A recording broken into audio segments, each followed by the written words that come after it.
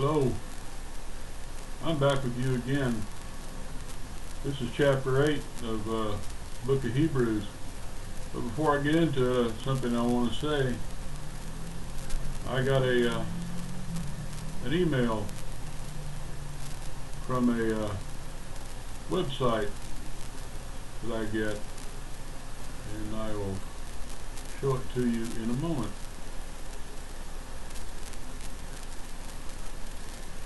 This is from the Sons of Liberty website.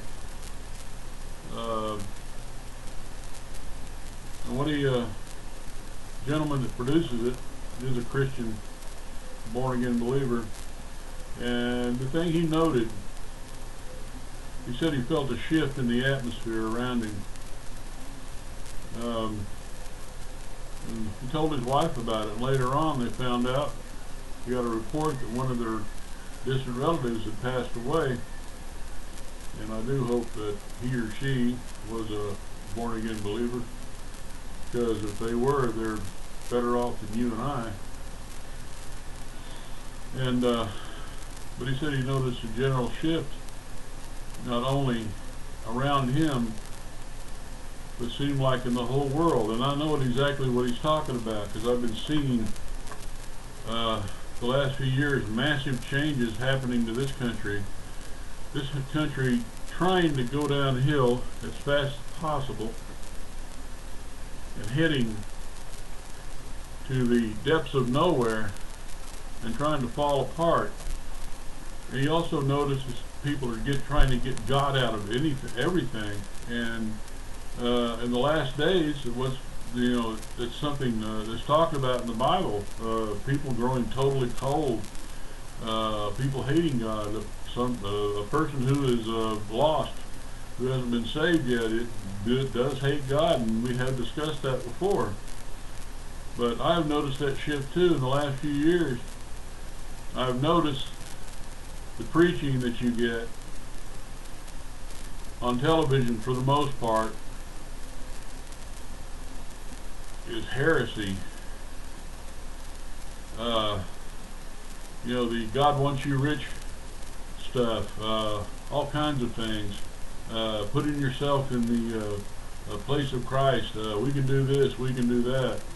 There were places where the apostles were allowed to do certain things, and people want to copy them now, and they wonder why. I knew of two women that got out of the insane asylum in Texas and joined the church where they were supposed to be able to do a number of these things.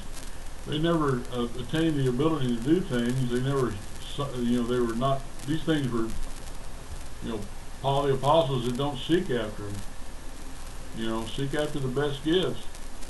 But they kept seeking after them. They never attained them.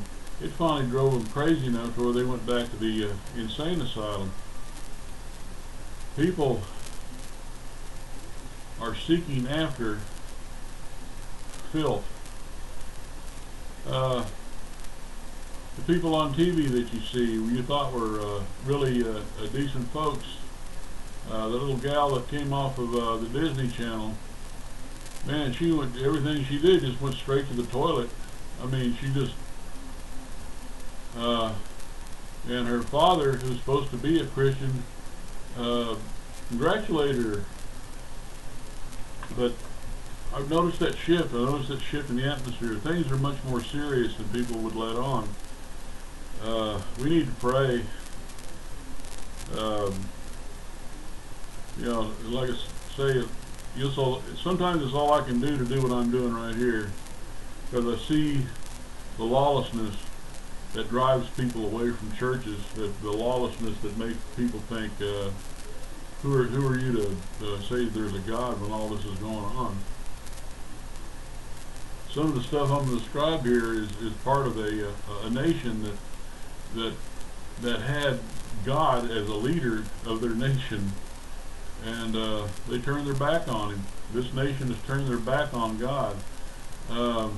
There's not too large a percentage of the population that can actually call themselves born again. I think it's like 2 to 3%. One time it was 25%. But old pastor of mine, Cooper, Texas, he said during World War I, people went to church. World War II, people went dancing. And in the 1950s, when I was a little kid, you could leave your house open, you could leave your keys in the car. You don't dare do that now. Somebody steal your car in a heartbeat, they'll climb in your window or just walk through an open front door and cut you up. It's just the way things are. We're on the dead downhill run to the last days of the church age. And if you don't believe me as far as how dangerous it's going to get, it's dangerous now, it's going to get worse. So, like I say, sometimes I wonder why I do these things, but the Lord comes back with encouragement and says, do them because I got purpose. I got a purpose for you doing these things. It may be for people who have been left behind to see these.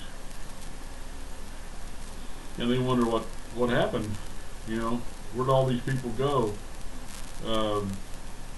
Pastors will be standing in their pulpits going, I wish I'd preached the truth, because all you people sitting out there looking at me, what ones do show up? Certainly the Oldsteins are going to be standing up front with everybody going, why did you tell us the truth? And a bunch of these other high-rolling preachers, if they haven't been caught dirty so far, they will be caught dirty. And the ones who preach the truth are disappearing. I was good friends with Jerry Falwell. The man always preached the truth. He always stood up for things. Sometimes he said controversial things, but they were based in truth. He never hated anybody. He loved the Lord and he loved people. And but he's gone now. And more of these people who old-time gospel preachers are disappearing fast. So that's my soapbox on that, because I think you notice the change in the atmosphere and the increase in evil in this world. The schools have become war zones. Colleges have become nests for socialist nonsense. There was one liberal professor on TV the other night who said, I wish I had some conservatives around me, at least there's somebody I have to talk to. And some of the students you talk to just don't have enough sense to pound sand in a rat hole. There are liberals around that have brains, and with the stuff that people have had their minds pumped full of, you wonder how they walk and talk without help. Anyway, like I say, that's the end of my soapbox on that. This is chapter 8 of the book of Hebrews, the Word of God. Whether anybody likes it or not, I hope you do like it. I hope you love it. Now the things which you've spoken of are he just keeps on the same theme. Keep on keeping on, talking about the Jesus Christ, the priest after the order of Melchizedek. Now we have spoken this, and this is the sum. He's summing things up. We have such a high priest who is set on the right hand of the throne of the majesty of the heavens. That's where Christ went to. After he ascended, with his blood sprinkled on the mercy seat, he sat down at the right hand of the Father in the place of honor. A minister of the sanctuary and a true tabernacle which the Lord pitched and not man. He's talking about a tabernacle not made with hands. This is a tabernacle in heaven. And you'll see here in a second, you know, what happened. You know, the things that God brought to Moses over this tabernacle in heaven. For every high priest is ordained to offer gifts and sacrifices. They talk about gifts and sacrifices. The priests here on earth are not always set up just to, you know, go kill animals for sacrifice. They offer gifts, wave offerings, meal offerings, things of that nature, having their meanings. For every for if it were on earth, he should be a priest. That's Jesus Christ. He would have been a priest. Of course, he wouldn't have been a priest in the Levitical order, because he was not of the tribe of Levi. He was a tribe of Judah, the Lion of the tribe of Judah, the kingly tribe. And he will be the king. He will be sitting on the throne on earth. And some folks will be sitting there after the tribulation, not liking it a bit, and they'll show who they are, like immediately. And be folks like you and me who are born again who will love it, because we understand that he died for us. He loved us enough to do that. It's easy to love somebody that does something for you. It's really easy to love the Lord because all the things he did for us. Seeing that there are priests that offer gifts according to the law, who serve under the example and shadow of heavenly things, as Moses was admonished by God when he was about to make the tabernacle. For see, saith he, that thou make all things according to the pattern shown to thee in the mount. And you took him up the mountain, he gave him the plans for the tabernacle, everything that needed to be made, how it needed to be made, and it was a copy of the one in heaven. By now hath he obtained a more excellent ministry, as only he could, him being the great high priest, a better ministry, one to replace a ministry that was made weak through the flesh, that was made weak through men. Men really like to mess things up, especially when God offers them to you. So let's do this our way and really make it great. That's being a wise guy. By how much also he is the mediator of a better covenant, which is established upon better promises. The old covenant, okay, go ahead. For if that first covenant had been faultless, then should no place have been sought for a second. For finding fault with them, he said, Behold, the days will come, saith the Lord, when I will make a new covenant with the house of Israel and with the house of Judah. Like I said, the old covenant made up of the Mosaic law and all that was all annulled. It was people quit following it. People went on their own direction. It took like 2 generations after those folks who entered the Holy Land to take the land of Israel to get right back into worshiping rocks and hunks of wood. 2 generations. I think that kind of nullified the covenant. The covenant was still there, they just didn't observe it. Not according to the covenant that I made with their fathers in the day when I took them by the hand and led them out of Egypt, because they continued not in my covenant, and I regarded them not, saith the Lord. If they didn't want to follow me, why should I work with them? That's what's going on now in this country. If you don't want to be with God, he does want to be with you. But God is never going to take an unsaved person to heaven, because that person would be totally miserable all the time. There's things you just couldn't do. And when Jesus rules and reigns on this earth in the 1,000-year millennia, there's things that they cannot do. People that survive the tribulation, the lost, they're going to have a bad time here, unless they make their peace with God during that time. During that, they're going to have a bad 1,000 years, and they will be up in arms, and they finally wind up getting destroyed.